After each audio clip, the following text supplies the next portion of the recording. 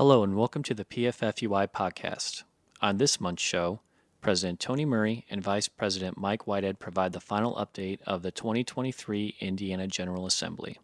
Enjoy the show.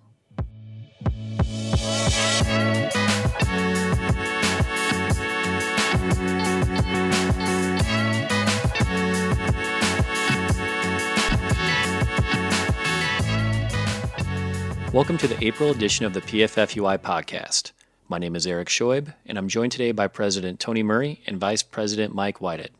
Gentlemen, the Indiana General Assembly adjourned early Friday morning. This has been a long session for us all that started in January, so please provide us our final legislative update from the 2023 Indiana General Assembly.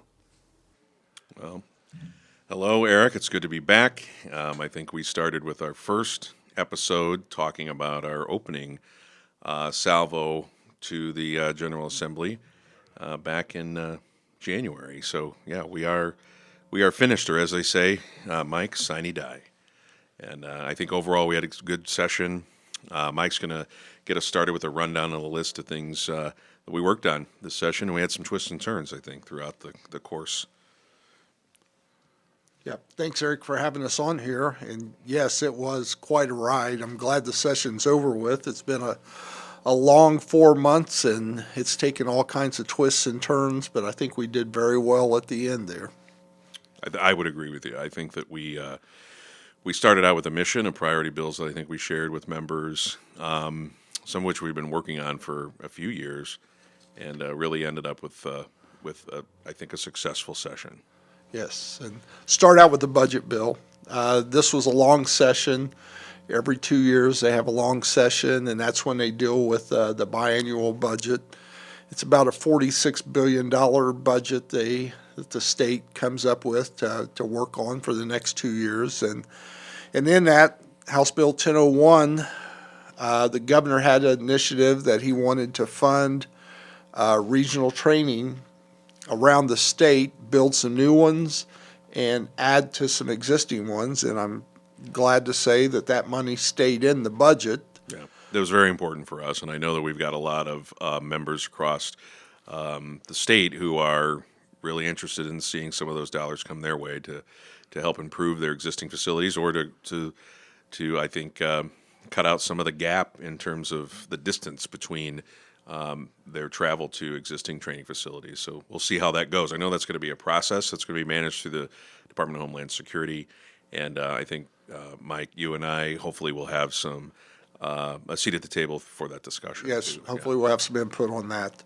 Also in the 1001 was the EMS readiness money, and since Tony's the resident paramedic, I'll let him speak on that one. Yeah, so this actually, part of this came out, there's sort of two pieces. The Governor's Commission on Public Health had components of additional funding that goes to EMS recruitment, retention, training, and to expand out our ability to respond to medical emergencies. And we had some real advocates on that commission that really identified for the first time and spoke in the context of EMS is part of healthcare. So between that and then actually the governor's initiative for public safety, there was some additional money in there too. And I think that overall that amounts to about $15 million and is really largely focusing on rural communities, rural municipalities to help assist in standing up some EMS, but reinforcing EMS different places.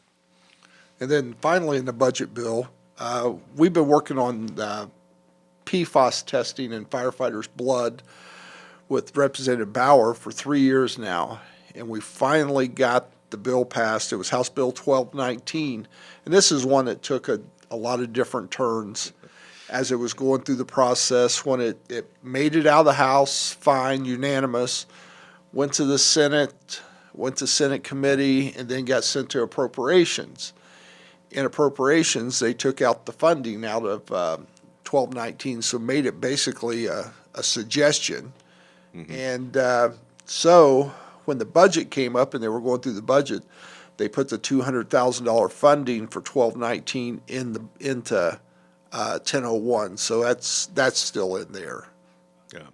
And we worked through the summer before the session and then through the session to actually build some partnerships with with the author to understand what Representative Bauer wanted to do with this. She took a lot of feedback from us. We talked to some folks in the scientific community. We brought in and partnered with IDHS to talk about, should this bill pass, what are we looking at in the future? And this is to test 1,000 firefighters' blood.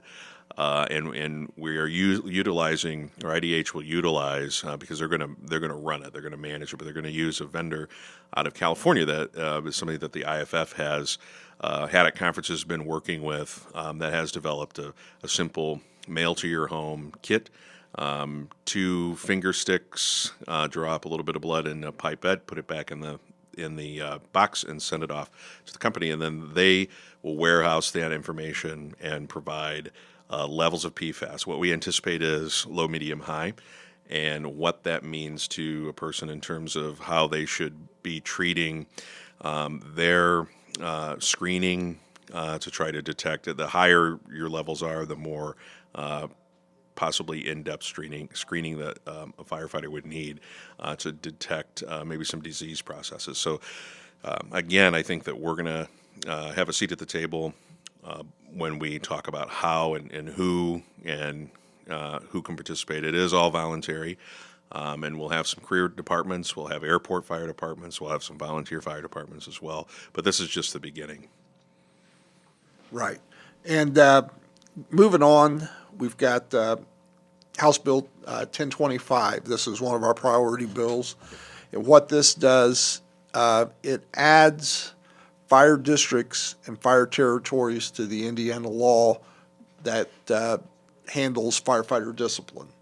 We've had for cities and towns in for many, many years, and we think what it was when this was put into law, there wasn't any fire districts or fire territories in existence. So we've had some problems in the last couple years, and they've been omitted. So we worked on this one, and it's actually going to the governor, waiting on the governors to sign it. Yep.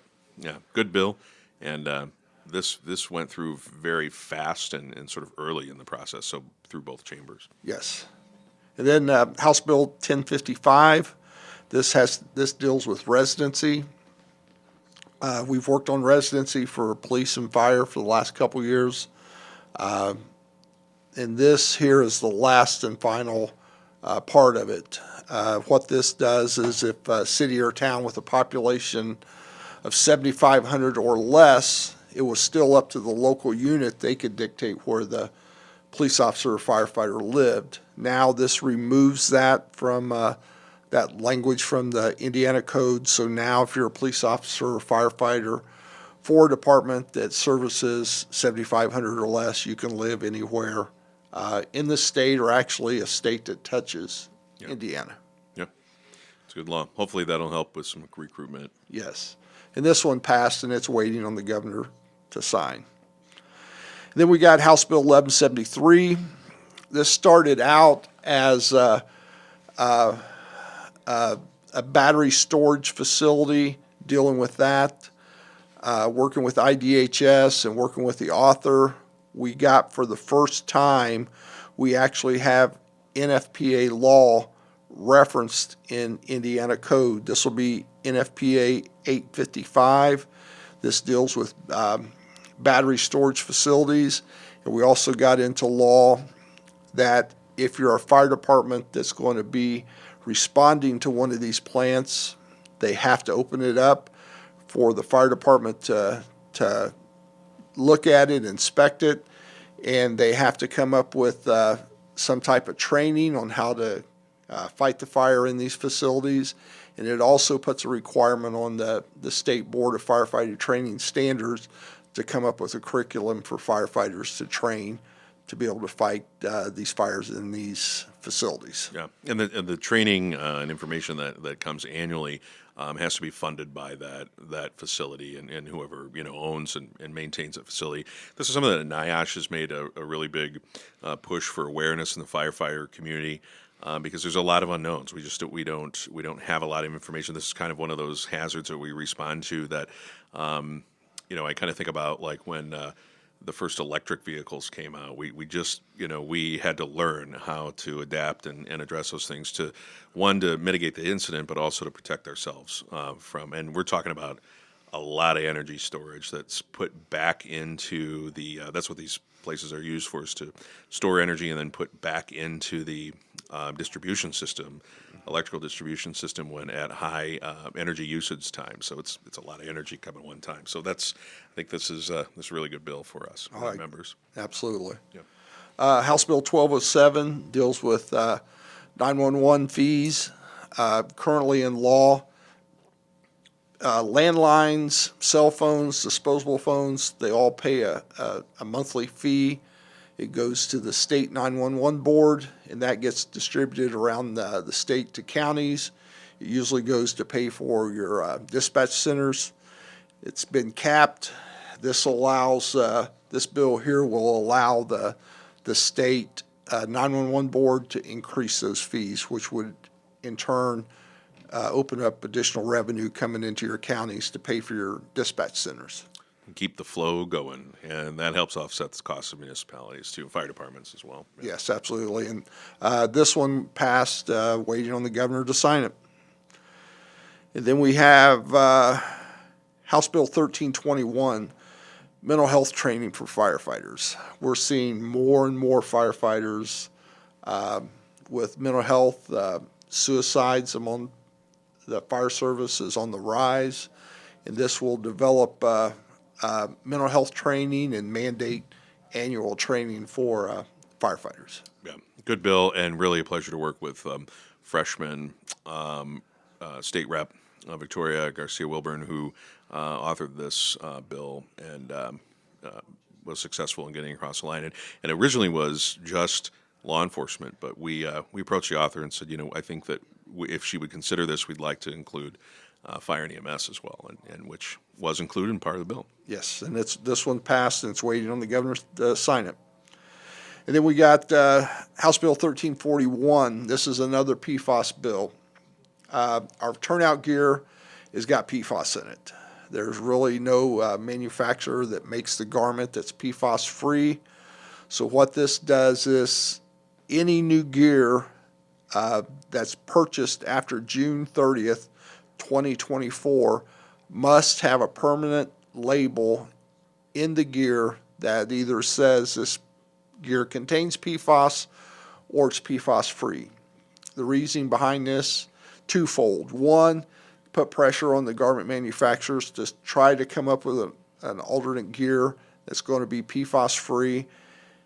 And two, when you do start getting gear that's PFAS free, you can look and see which one has and which one hasn't, to start to do away with the PFAS, the gear that's got PFAS in it. Yeah, and this author came to us, Representative Olthoff from up in Northwest Indiana, to start working on this back in the summer as well. So it was a real good effort of collaboration to do that, and hopefully we're going to turn the corner on this and start having gear that protects our member just as well as this bunker gear does now, or even better. There's always technical advancements, but our members are out in these fires at working in what amounts to a toxic soup. We certainly don't need that in the protective gear that we have. So I'm encouraged that this will help carry this ball a little bit forward. Maybe make the development of PFAS-free gear quicker, sooner. Yes, and this one here's already been signed into law, so this one's done. Tony and I, we got a lot of calls before the session started. The buzzword was, property tax relief, doing something with the assessments. People were looking at, or our members were looking at, is local units going to get hurt with some kind of property tax relief? House Bill 1499 started out as it was going to do some relief, and it could potentially hurt local units. As of the end of the session now, everything that had harmful language in it that was going to potentially hurt local units has been stripped out. So there's nothing in House Bill 1499 now that has a negative impact on local units of government. Yeah, that's a good thing. We got House Bill 1578. This one passed. The governor's already signed it, and this deals with restricted addresses. A firefighter or EMS can get with their local unit and request that their personal information be restricted from public records. So somebody in the public can't look up and see where a firefighter or an EMT paramedic lives and retaliate against something they felt like they were wronged. Yeah, and the bill author down out of the Evansville area, Representative Tim O'Brien, recognized the need for this from a member of ours on the Evansville Fire Department who was attacked on the scene, and really created some concern for he and his family, and he was up to testify in favor of this bill passing, and I think it's a good bill. Hopefully, we'll have more information by the time we have our convention that we can send back with local leaders to talk about how they do this. But I think that in the bill it outlines that somebody that wants to do that has to go through their county auditor. So we'll have some more information about how to do that. Yes. If somebody wants to. Senate Bill 43. This deals with 911 dispatch residency. Up until now, counties or dispatch centers could mandate that their employees lived in the city limits inside the county. And it was very restrictive. So we were able to get this bill passed. This has to do with municipal dispatch centers. And this has been signed into law already. So now they can, like firefighters, live outside the county, live anywhere in Indiana.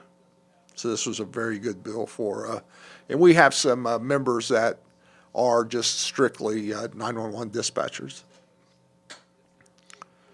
Senate Bill 185. This one is going to the governor, and this started out as airport authority, allowing airport authority firefighters to get into the 77 fund. Indianapolis Airport currently is in civilian perf.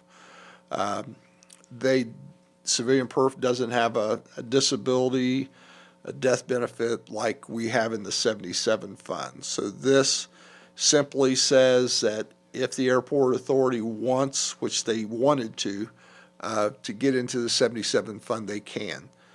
It also was amended during the process to increase the hiring age for firefighters from 36 to 39. And now you can apply and become a firefighter in Indiana before your 40th birthday. You must be appointed before your 40th birthday. And then we had it amended again to take care of the technical corrections on our longevity.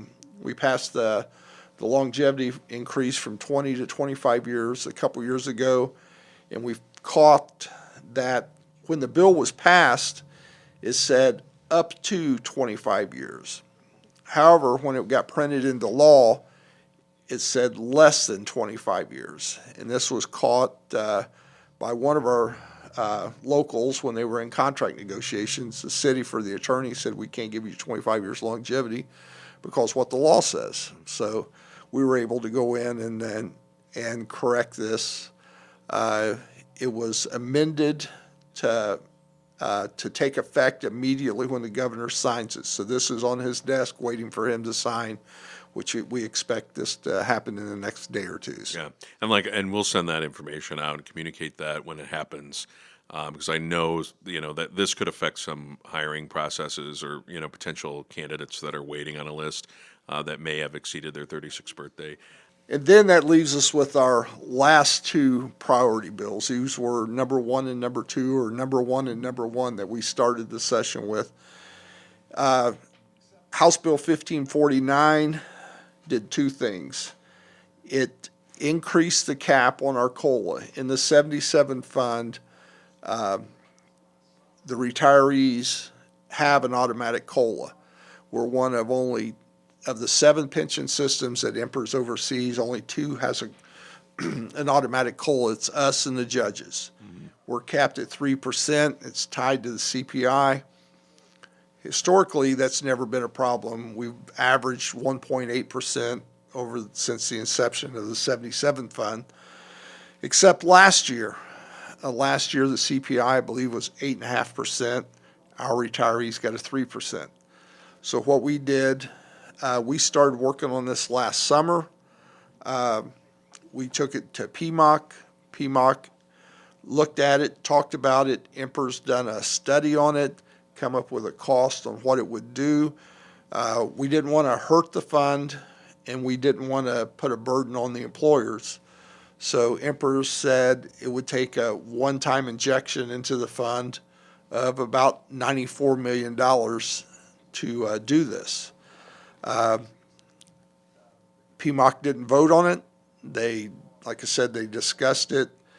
We had a bill drafted, and we also had the technical corrections for the longevity in House Bill 1549. House Bill 1549 started slowing down in the process, so immediately we took out the technical correction, got it into Senate Bill 185, and took care of that.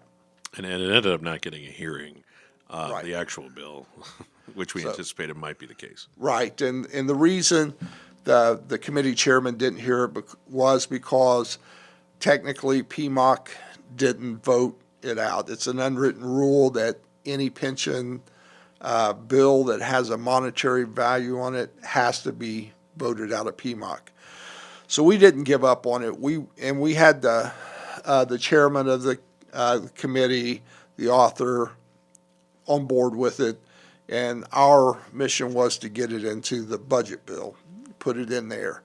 And we worked the entire session on doing this, and it unfortunately didn't get put in the budget bill. So At the end of the day, but not because of lack of effort. I mean, Mike and I were in meetings with first, I think, Ways and Means chairman to explain, sort of what we were looking at, give some details, and there's a lot going on. I mean, when you're talking about the size of the budget, 2-year budget that Indiana adopts, there's everybody is trying to do the same thing, and that's carve out their portion of the funding. So we stopped in over at Appropriations Committee, had these conversations. We talked to different leadership, different folks that are involved we met in with that. the governor on down. Yeah, basically, pretty much yeah, everybody. Yeah, and it's something that we're not going to give up on. But maybe I think year to year our priorities shift a little bit. We didn't anticipate going through a period of high inflation like we have been. So, we're going to take a look at it. It's not something that is, dead forever, but we're going to continue to evaluate priorities when it comes to the pension fund. And just, as a little maybe brief segue, there were some issues, and members often talk about, well, what about other changes to the pension system?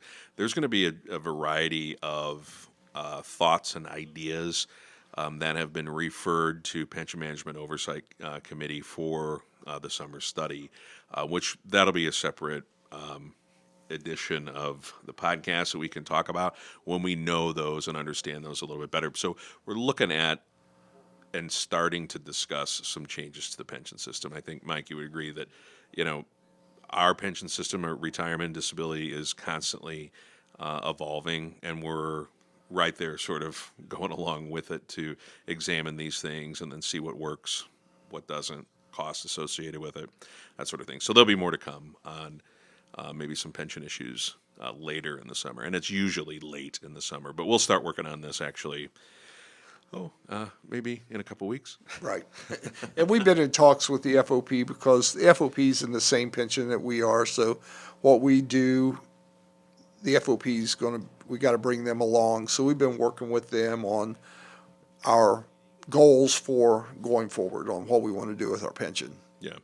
And just as this PFFUI has done in probably the last, decade or a dozen years, spend the summer meeting with new legislators and given what we call the 77 Fund overview education, to sit down, take about 30 minutes with the FOP and us, and we talk to legislators about what our retirement disability system is and what it isn't.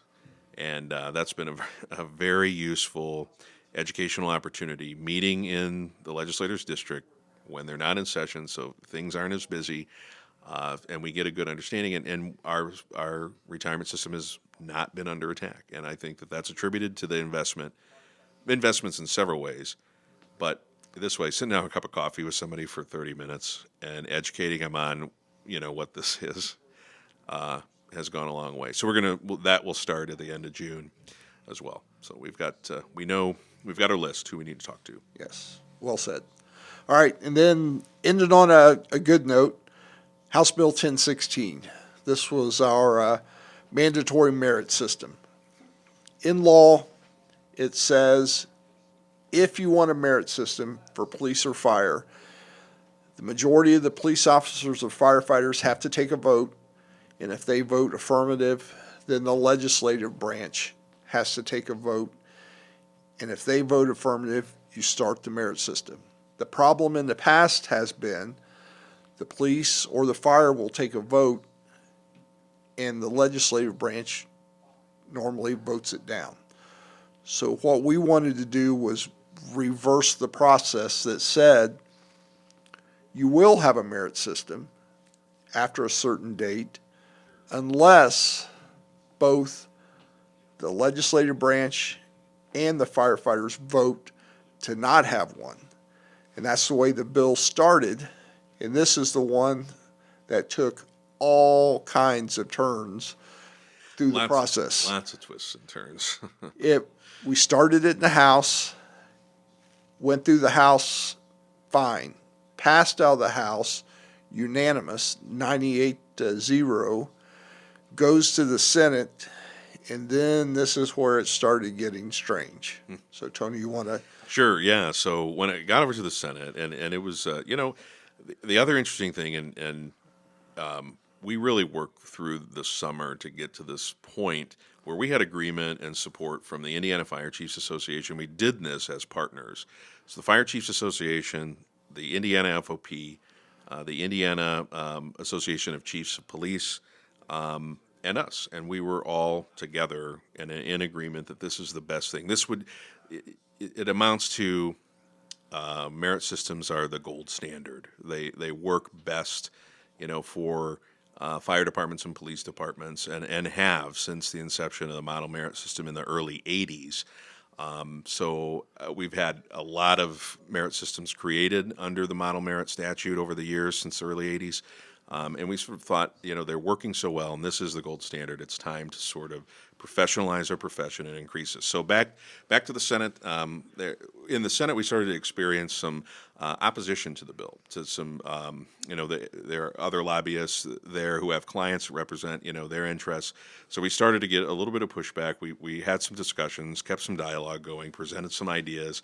At the end of the day, an amendment was put on. Well, it was actually heard in a Senate committee, but they didn't take a vote. They held the bill, and it was 3 weeks before they basically said, okay, we're going to take a vote. So that gave 3 weeks for the opposition to work some of these senators. Yeah. So they were getting their message across. We were still, trying to advocate for the bill and why it was so important. It ended up getting an amendment put on it in the Senate committee, which was then voted out of committee onto the Senate floor. We were tracking that amendment, had some concerns with it. It passed the Senate floor, and in the process of bills becoming a law, there is an opportunity called the conference committee, and the bill author, Representative Pressel, felt strongly that the bill had changed a little too much from its original, and we had some concerns about that and those involved.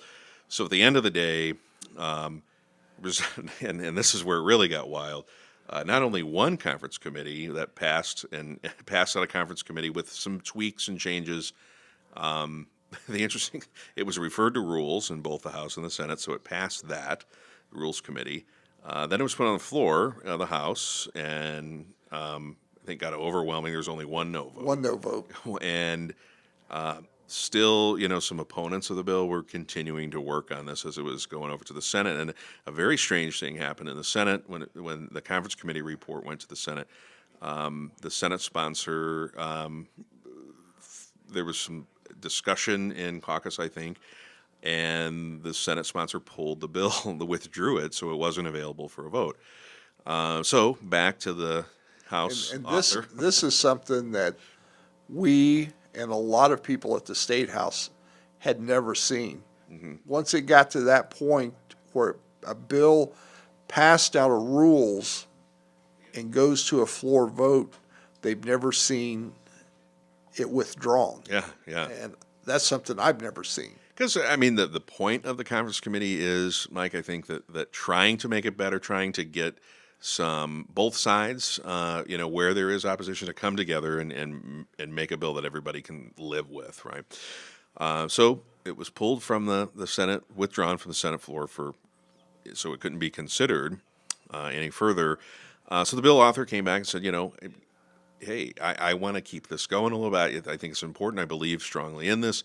At the end of the day, the bill author had a second conference committee report in it that changed the bill a little bit in a way that increased the effective population from 10,000 to 20,000.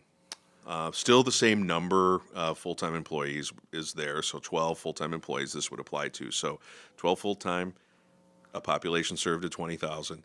But then also, and this is kind of the crux of the matter, is that if the merit system is not opted out of, all right, by this law, then it goes into effect, and it goes into effect what amounts to 3 years, because the bill isn't effective until 2025 that you have to have the merit system.